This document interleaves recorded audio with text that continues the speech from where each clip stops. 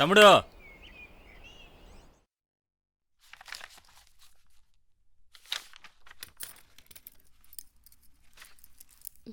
సరేనే, నా నోట్బుక్ తీసుకుంటున్నాను. రేపు కాలేజ్కి వస్తున్నావుగా?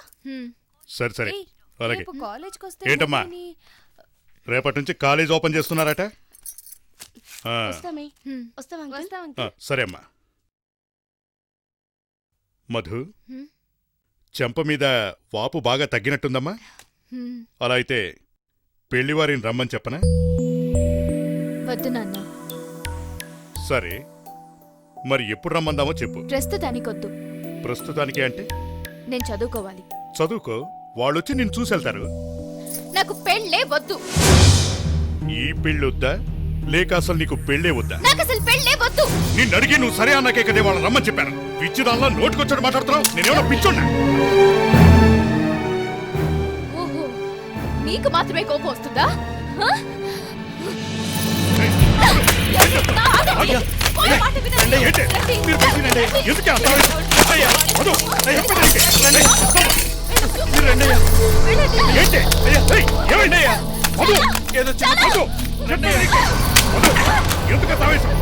ఏదైనా ఉంటే కూర్చొని మాట్లాడుకుందాం.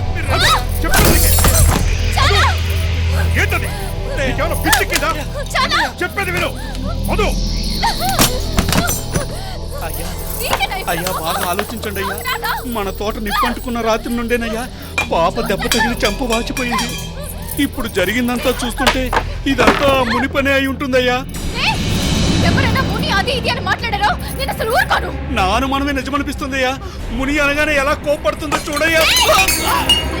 అయ్యా ఇది ఆ మునీశ్వరుడి పనేనయ్యా, మునీశ్వరుడి పనే.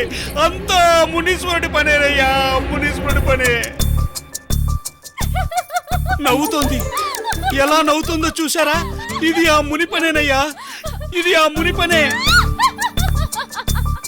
వయసులో ఉన్న పిల్ల అర్ధరాత్రి వచ్చింది కదయ్యా, అప్పుడే ఆ ముని పట్టాడయ్యా. ఇక చూస్తూ ఊరుకోకూడదయ్యా, ఏదో ఒకటి చెయ్యాలయ్యా. తొందరగా ఏదో ఒకటి చెయ్యాలయ్యా. వదలడానికి త్వరగా ఏదో ఒకటి చేసి చావయ్యా, చావు. అవును అలాగేనయ్యా.